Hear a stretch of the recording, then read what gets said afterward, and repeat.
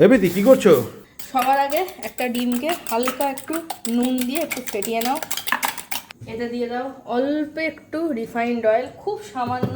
অয়েলটাকে একটুখানি স্প্রেড করিয়ে নেবো। এইবারে যেটা করব সেটা হচ্ছে এক্সেস অয়েলটাকে একটু এক জায়গায় ঢেলে নেবো। এবার এই ফ্যাটানো ডিমটাকে সুন্দর করে এরকমভাবে স্প্রেড করে দাও। একটু পাতলা মতো করে একটু চারদিক দিয়ে ঘুরিয়ে ঘুরিয়ে যাতে একটা পাতলা একটা যেন প্লেটের মতো বেস আসে। ওটার জন্য তেলটা একটু কিন্তু কম দিলেই এই রকম টাইপের স্টিক হয়ে যাবে কড়াইতে, কোনো সমস্যা নেই। এইবারে এই ডিমের অমলেটটাকে সুন্দর করে একটুখানি তুলে নেবো চারদিক দিয়ে, যাতে ডিমের অমলেটটা কোনোভাবে ভেঙে না যায়। এই কাজটা একটু ধৈর্য নিয়ে আস্তে ধীরে করতে হবে।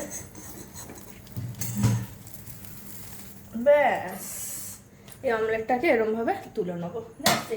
এবার এটা ছড়িয়ে দেবো। হয়ে গেল। কড়াইতে দিয়ে দেবো আবার একটু তেল, যে কোনো তেল হতে পারে সেটা। আমি একটু সর্ষের তেলই দিলাম, বেশি তেল ঠেল দেওয়ার দরকার নেই। এর মধ্যে দিয়ে দেবো অল্প একটু পেঁয়াজ কুচি করা।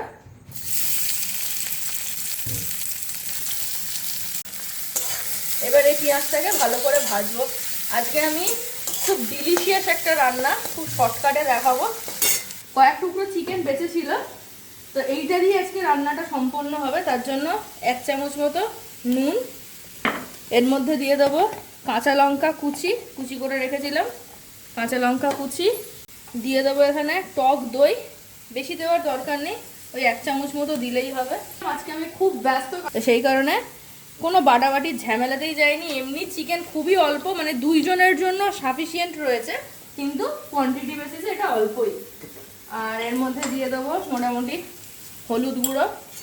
মাঝে মাঝে একটু পেঁয়াজটাকেও ভালো করে নেড়ে দেবো। যত তাড়াতাড়ি রান্না শেষ হবে তত তাড়াতাড়ি ফ্রি। সামান্য একটু ধনে গুঁড়ো, সরি এটা জিরে গুঁড়ো ছিল, ধনে গুঁড়ো। আচ্ছা, এখানে দিয়ে দেবো অল্প করে একটুখানি ঝাল লঙ্কার গুঁড়ো, কারণ আমি বেশি ঝাল খেতে পারি না। অল্প করে দেবো একটুখানি কাশ্মীরি লঙ্কার গুঁড়ো। আর কিছুই না, চিকেনটাকে একটুখানি ভালো করে মাখিয়ে নেবো। আমি এটা কোনোভাবেই হাত দিয়ে মাখানোর রিস্ক নেব না, কারণ হাত দিয়ে মাখালে শেষ, আমি জাস্ট লিটারেলি শেষ। তো এটা দিয়ে মোটামুটি মাখানো হলেই হবে। খুব বেশিক্ষণ ম্যারিনেট করে রাখার দরকার নেই। হাতে তোমাদের সময় থাকলে করে রেখে দিও, বাট আমার হাতে আজকে সময় নেই। অ্যাজ সুন অ্যাজ পসিবল আমি কাজ মেটাবো। খাতাম। অন্যদিকে পেঁয়াজ মোটামুটি ভাজা হয়ে গেছে। এই চিকেন পাটিয়ালায় একটা জিনিস খুব মাস্ট ম্যারিনেশনে, সেটা হচ্ছে সামান্য ঘি, যেটা আমি দিতে ভুলে গেছিলাম, এখন দিয়ে দিলাম। ওই 1 চামচ মতো ঘি এর মধ্যে আমি দিয়ে দিলাম, দিয়ে একটুখানি মিশিয়ে নেবো। এটা কিন্তু ম্যারিনেশনের সময়তেই দিতে হবে, তাহলে কিন্তু টেস্টটা আরও এনহ্যান্স হবে। এর মধ্যেও দিয়ে দেবো অল্প একটুখানি জিঞ্জার গার্লিক পেস্ট, খুবই সামান্য পরিমাণ, বেশি দেওয়ার দরকারই নেই। জিনিসপত্র বেশি দিলেই রান্না শেষ। এই একদম 1 চামচও না, হাফ চামচ মতো এর মধ্যে একটুখানি দিয়ে দিলাম। একই সঙ্গে এর মধ্যে দিয়ে দেবো টমেটো। এখানে 1.5 খানা টমেটো রয়েছে। এর মধ্যে দিয়ে দেবো সামান্য একটু নুন, যাতে টমেটোটা তাড়াতাড়ি সফট হয়ে যায়। ব্যাস, এবার এই টমেটোটা পুরোপুরি গলে সফট হয়ে যাওয়া পর্যন্ত রান্নাটা চলবে। গ্যাসের ফ্লেমটা একটু কমিয়ে দিলাম। ইচ্ছা হলে একটু ঢাকা দিয়ে দিতে পারো, না ইচ্ছা হলে দিও না। ম্যারিনেশনে অল্প অল্প সরঞ্জাম দেওয়াই ছিল, তাই এখানে আমি আরও একটু অল্প দেবো। একদম পিঞ্চ অফ ধনে গুঁড়ো,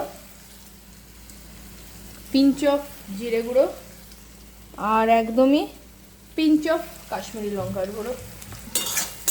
তো এই সব কিছুকে মিশিয়ে নেবো। টমেটো অনেকটাই সফট হয়ে আসছে, রান্না শেষ পর্যন্ত আর একটু হয়ে যাবে। তো এর মধ্যে দিয়ে দেবো অল্প করে জল, সামান্য সামান্য একটু জল দিয়ে দেবো, দিয়ে সব কিছুকে একসাথে রান্না করবো। তো এবার ম্যারিনেট করা চিকেনগুলো এর ভেতরে দিয়ে দেবো। অন্যান্য চিকেনের রেসিপিতে টমেটো দাও চাই না দাও, এই অমৃতসরি চিকেন বা চিকেন পাটিয়ালা এই রেসিপিগুলোতে কিন্তু ডেফিনেটলি টমেটো যাবেই যাবে, কারণ নর্থ ইন্ডিয়ান খাবারের মধ্যে টমেটোর ব্যবহার কিন্তু প্রচুর। কাজে টমেটো যদি না থাকে দেন রান্না কিন্তু ইনকমপ্লিট। অন্যান্য মশলা অ্যাডজাস্ট হলেও চলে যাবে, কোনো চাপ নেই, কিন্তু টমেটো মাস্ট। এবার রেখে রান্না করো। তো দেখতেই পাচ্ছ সাইড থেকে কিন্তু আস্তে আস্তে অয়েল সেপারেট হচ্ছে। এই সময় ওই চিকেনের ম্যারিনেশনের বাটি ধুয়ে খুব সামান্য একটুখানি জল এর ভেতর দিয়ে দেবো, যাতে চিকেনটা ওয়েল কুকও হয়ে যায় আর তার সাথে সাথে সব কিছু অ্যাডজাস্ট হয়ে যায়। আগে ঢাকা দাও চাই না দাও, এই পর্যায়ে ঢাকা দেওয়াটা কিন্তু ম্যান্ডেটারি, নাহলে তোমাদের চিকেন কিন্তু সেদ্ধ হবে না। তো অনেকক্ষণ ধরে ঢাকা দিয়ে রান্না করছিলাম, সুন্দর কিন্তু চিকেনটা সেদ্ধ হয়ে গেছে। এই দেখো, দেখতেই পাচ্ছ, এই যে লেগ কিন্তু টেন্ডন থেকে মোটামুটি ছেড়ে গেছে, মানে চিকেন সেদ্ধ। এবারে গ্যাসের ফ্লেমটাকে আর লোতে রাখা যাবে না, এবার গ্যাসের ফ্লেমটাকে অ্যাজ ইউজুয়াল ঢাকা তো দেবই, বাট গ্যাসের ফ্লেম থাকবে হাইতে, মানে এবার পুরো বিষয়টা কষানো হবে। তো দেখতেই পাচ্ছ জল যেই কমে গেছে অমনি কিন্তু বেশ সাইড থেকে তেল ছেড়ে একটা কষানোর মতো ব্যাপার চলে এসছে। এবার এর মধ্যে দিয়ে দেবো অল্প একটু ধনেপাতা কুচি।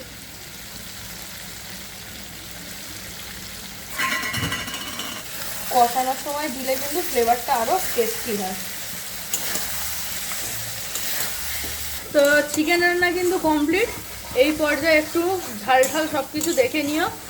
আর মোটামুটি রান্নাটা পুরোটাই দেখলে, চিনি কিন্তু আমি এই রান্নায় ব্যবহার করিনি।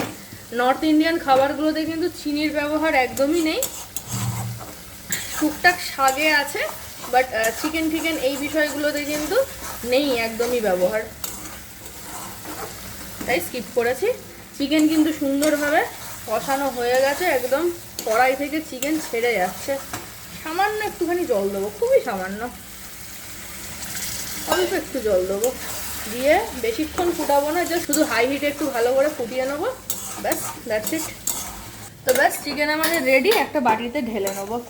আর ফাইনালি আমরা পেয়ে গেলাম চিকেন একটা কষা, মানে নর্থ ইন্ডিয়ান স্টাইল একটা চিকেন কষা। এইবারে এইখানে যে ব্যাপারটা এলো সেটা হচ্ছে, আমি তো ভিডিওর শুরুতেই বলেছিলাম যে আমি চিকেন পাটিয়ালা বানাবো। তো চিকেন কষা থেকে চিকেন পাটিয়ালার জার্নিটা করতে গেলে আরেকটা স্টেপ ফলো করতে হবে। কড়াই হিটেডই রয়েছে, কোনো সমস্যা নেই, তাতে দিয়ে দেবো সামান্য একটুখানি ঘি, 1 চামচ মতো ঘি দিয়েছি। রসুন কুচি, একদম রসুনটাকে রাফলি একটু মোটামুটি চপ করে নিলেই হবে, খুব আহামরি চপ করার দরকার নেই। অনেকে আদা দাও, বাট আমি আদাটা স্কিপ করছি, আদার ফ্লেভারটা আমার পার্সোনালি খুব একটা ভালো লাগে না, আমি স্কিপ করে দিলাম, তোমরা চাইলে দিতেই পারো।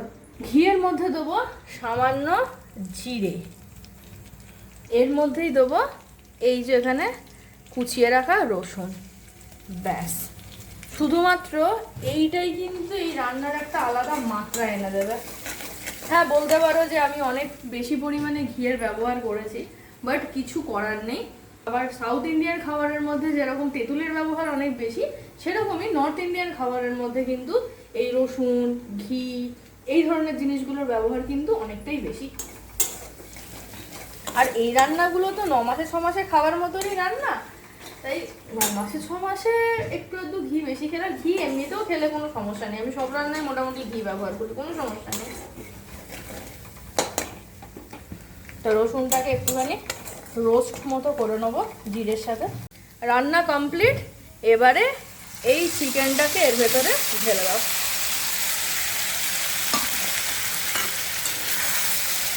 দিয়ে একসাথে মিশিয়ে নাও।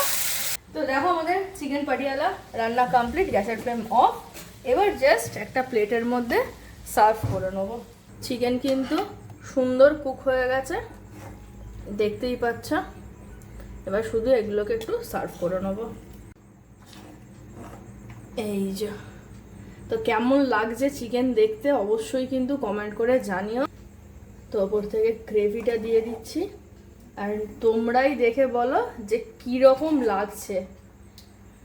মানে আমার কাছে তো বিষয়টা খুবই টেম্পটিং লাগছে। তো এইবারে চিকেন রান্না, ঘিয়ের যে অ্যারোমাটা আসছে না রসুনের সাথে মিশে, জাস্ট দুর্দান্ত। তো চিকেন রান্না তো কমপ্লিট। তো একদম ভিডিওর প্রথমেই দেখিয়েছিলাম একটা অমলেট, এবার বুঝতে পারবে যে এই অমলেটটা কি কাজে লাগছে এক্স্যাক্টলি। তো এই যে ডিমের অমলেটটা প্রথমে যেটা বানিয়েছিলাম সেটা তো এক সাইড দিয়ে আমরা ভেজেছি খুবই পাতলা করে, ওপর থেকে জাস্ট এই অমলেটটাকে এরকমভাবে চাপিয়ে দেবো আর তার ওপরে দিয়ে দেবো সামান্য একটু ধনেপাতা কুচি, আর ব্যাস তৈরি হয়ে গেছে একদম সুপার টেস্টি সুপার ডিলিশিয়াস একটা চিকেনের রেসিপি, যেটার নাম হচ্ছে চিকেন পাটিয়ালা। তো ফটাফট বাড়িতে বানাও, 2-3 জনের জন্য বানালে ডেফিনেটলি খুব বেশি সময় লাগবে না। ভিডিও কেমন লাগলো অবশ্যই কমেন্ট করে জানিও, আর এরকম টাইপের রেসিপি বানাও। আর এই রেসিপিটা বেসিক্যালি মিক্সড ফ্রাইড রাইসের সাথে বা ভেজ ফ্রাইড রাইসের সাথে জাস্ট দুর্দান্ত যাবে। তো আর কি, ভিডিও কেমন লাগলো অবশ্যই কমেন্ট করে জানিও, আর ভালো লাগলে একটা লাইক শেয়ার কমেন্ট করে দিও। So see you in the next video, till then bye by.